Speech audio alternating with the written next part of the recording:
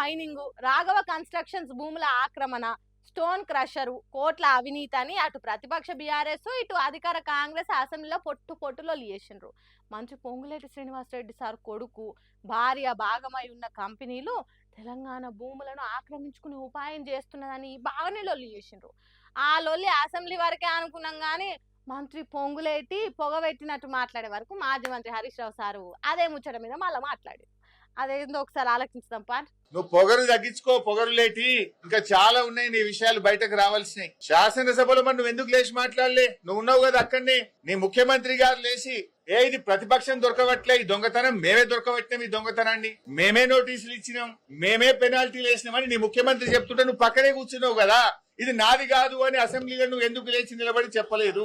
నీ మైనింగ్ మంత్రే లేచి రాఘవకు అనుమతులు లేవు, రాఘవ అనుమతుల కోసం ఢిల్లీకి అప్లై చేసిందని చెప్తే అసలు రాఘవకు మైనే లేదని నువ్వు అసెంబ్లీలో లేచి ఎందుకు చెప్పలేదు? నువ్వు అసెంబ్లీలో ఉన్నావు కదా, నా పక్క సీట్లనే కూర్చున్నావు కదా, మరి ఆ రోజు ఎందుకు లేవలేదు? 12 రోజులకు గుర్తొచ్చిందా నీకు మైన్ లేదని? ఇదంతా బుకాయించే ప్రయత్నం, మసిబూసి మారేడుగా చేసే ప్రయత్నం. మైన్ నీది కాకపోతే అక్కడ కంటైనర్ మీద రాఘవ కన్స్ట్రక్షన్ అనే పేరు ఎందుకున్నది? ఆ కంటైనర్ మీద కాంగ్రెస్ పార్టీ జెండా ఎందుకు పెట్టిండ్రు? బీఆర్ఎస్ పార్టీ బయటకు తీయంగానే ఆ రాఘవ కన్స్ట్రక్షన్ కు పెయింటింగ్ చేసి కనబడకుండా ఎందుకు చేసిండ్రు?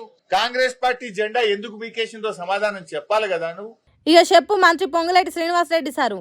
హరీష్ రావు సార్ అడిగిన దానికి సమాధానం చెప్పుండ్రి. కేరళ రాష్ట్రానికి ఎన్నికల ప్రచారానికి పోయొచ్చేసరికి మొత్తం అబద్ధాలు ప్రచారం చేశారు బీఆర్ఎస్ పార్టీలను ప్రెస్ మీట్ పెట్టి చెప్పినావు కదా. ఇక ఇప్పుడు హరీష్ రావు సార్ అడిగిన దానికి సమాధానం చెప్పు. అంతేకాదు హరీష్ రావు సార్ ఇంకేదో అడుగుతున్నాడు, దాని గురించి కూడా ఆలోచన ఏయుండ్రి. నేను సింపుల్ ఒక మాట అంటున్నా, నువ్వే అంటున్నావు ఇది ప్రభుత్వ భూమి, మేము సుప్రీంకోర్టులో వేసినాము, మా ఆర్డీఓ వేసిండన్నావు. ప్రభుత్వ భూమి అయితే నీ హైడ్రా గడివిక్తుందా? ప్రభుత్వ భూములు కాపాడడానికి, చెరువులు కాపాడడానికే కదా హైడ్రా. వెళ్ళండి, నేను మంత్రి గారిని కోరుతున్నా, నిజాయితీ ఉంటే, చిత్తశుద్ధి ఉంటే తక్షణమే ఆ కాంపౌండ్ వాళ్ళు తొలగించండి, బౌన్సర్లను, ఆ ఆక్రమణదారులపై క్రిమినల్ కేసులు పెట్టండి, అరెస్ట్ చేయండి, ఆ భూమిని ప్రభుత్వం స్వాధీనం చేసుకోండి, ఆ భూమిలో సాగు చేసుకున్న రైతులకు ఎంట్రీ ఇవ్వండి. 2.5 ఏళ్లుగా రెవెన్యూ మంత్రిగా నువ్వేం చేస్తున్నావు? ప్రభుత్వ భూమి అని నిన్న చెప్పినావు కదా. If it is government land, why government is not taking action? ఎందుకు యాక్షన్ తీసుకుంటలేవు అదన్న చెప్పాలి కదా. సర్కారు భూమి అంటారు, ఆక్రమించిన వాళ్ళు అంటుకు కూడా వారు, వాళ్ళని ముట్టుకొని కూడా ముట్టుకోరు. అది నీతి, నిజాయితీ, పద్ధతి, పాడు అని ఎట్లా చెప్పుకుంటారు? పవర్ మీ చేతులు ఉంటుంది, తప్పు చేసిన వాళ్ళు తప్పించుకొని పోతారు. అప్పుడు ఎవరికి తప్పు అవుతుంది మంత్రి గారు అని అడిగితే సమాధానం ఉంటుందా ఉండదా? మరి ఒకవేళ మంత్రి సార్ తన సమాధానం ఉంటే ఇప్పుడే ప్రెస్ మీట్ పెట్టి అన్నిటికీ సమాధానం చెప్పాలి. అంతేగాని వారం 10 రోజులు గ్యాప్ తీసుకొని ఏదో చదువుకునే సమాధానాలు చెప్తే కుదరది. అబద్ధాలు చెప్పకుండా అన్ని నిజాలే మాట్లాడాలి. లేకుంటే అటు మాజీ మంత్రి హరీష్ రావు సారు, ఇటు పొంగులేటి శ్రీనివాసరెడ్డి సార్లు మా టీవీ డిబేట్ లో కూర్చొని ఒకళ్ళ ప్రశ్నకి ఇంకొకరు జవాబులు చెప్పుకుంటే జనానికి నిజమేంటిదో అబద్ధమేంటిదో తెలిసిపోతుంది అని అంటుర్రు ఈ ముచ్చట తెలిసిన వాళ్ళు. అబ్బాబ్బా ఏం మంది, ఏం లొల్లి. ఇసుక పోస్తే రాలనంత మంది అనుకో రాదుండ్రి, చూస్తాందుకు 2 కళ్ళు సరిపోవు అనుకో రాదుండ్రి. అంతగానం ఏం జరిగింది పిల్ల అంటారా? మీరే చూడుండ్రి.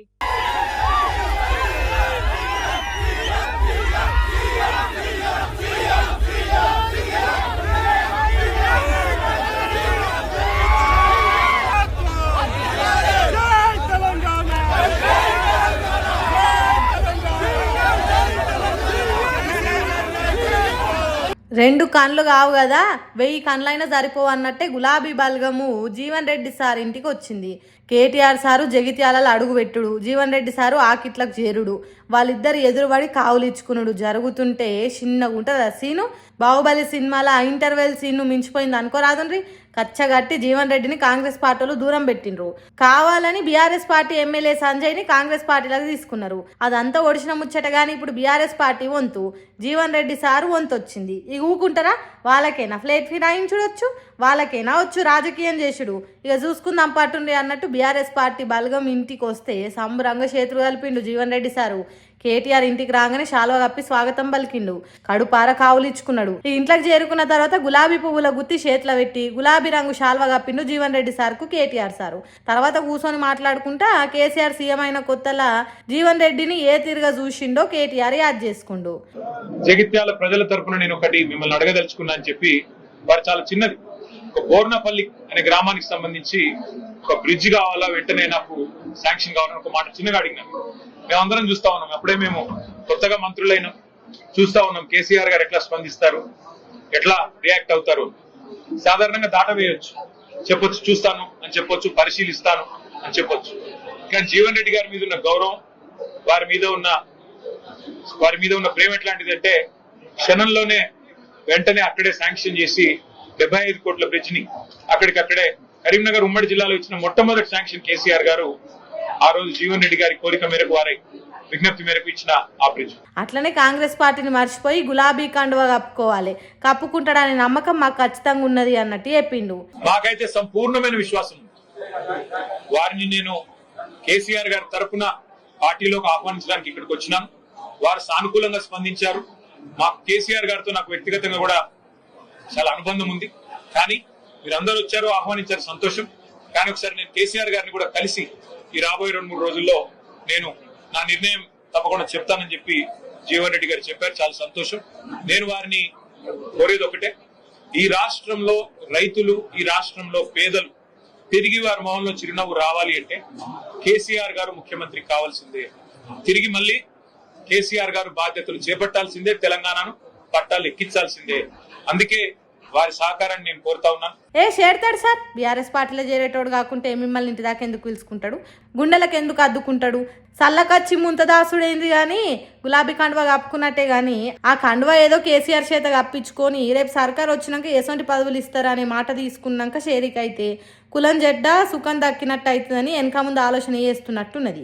ఏం జరిగినా మొత్తానికి జీవన్ రెడ్డి సారు గులాబీ గూటికి చేరినట్టే, అంతేనా సారు అని అడిగితే ఏముంటుందంటే ఇంకా మెరుగైన పాలన కావాలి, ఇంకా మాకేదో భవిష్యత్తు కావాలనుకుంటాం అని అడిగితే 10 సంవత్సరాల కేసీఆర్ పాలనలో తెలంగాణ సమాజానికి కల్పించినటువంటి ఒక పరిష్కారాలు ఏదైతుందో, అభివృద్ధి ఉందో, ఇంకా మెరుగైన పాలన కావాలని చెప్పిన కాంగ్రెస్ పార్టీ మరి పేర్కొనడం జరిగిందో దాన్ని ప్రజలు ఆకర్షితులైంది. కాంగ్రెస్ పార్టీకి అవకాశం కల్పించింది. కానీ రియల్లీ ఏదైతుందో నా అనుభవం చెప్పంటుంది. సీన్ ఎన్టీ రామారావు గారి ప్రభుత్వం చూసా, నేను తదుపరి చెన్నారెడ్డి గారి ప్రభుత్వం చూసా, విజయభాస్కర్ గారి ప్రభుత్వం చూసా, రాజశేఖర్ గారి ప్రభుత్వం చూసా, చంద్రబాబు నాయుడు గారి ప్రభుత్వం చూసా, కేసీఆర్ గారి ప్రభుత్వం చూసా నేను. కానీ ఈ 2 సంవత్సరాల కాలంలోనే ఇవాళ అంటే 10 సంవత్సరాల్లో సాధించినటువంటి అభివృద్ధి సంక్షేమ ఫలాలు తిరోగమన దిశగా చెప్పండి.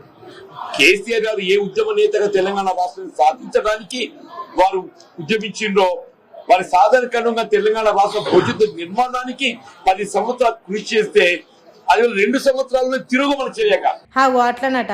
కేసీఆర్ సార్ ముందటికి నడిపిస్తే రేవంత్ రెడ్డి 2 ఏళ్లలోనే వెనకకు నడిపిస్తున్నాడట రాష్ట్రాన్ని. అందుకే గులాబీ కండువా కప్పుకున్నాడు ఖాయం అన్నట్టు చెప్తున్నాడు. మరి కేసీఆర్ సార్ ను ఎన్నడు కలుస్తారో, కార్ పార్టీల షేరిక నాడు ఎంత హంగామా ఉంటుందో, జీవన్ రెడ్డి షేరికతో బీఆర్ఎస్ పార్టీ జోషి ఎంత పెరుగుతుందో చూడాలిగా.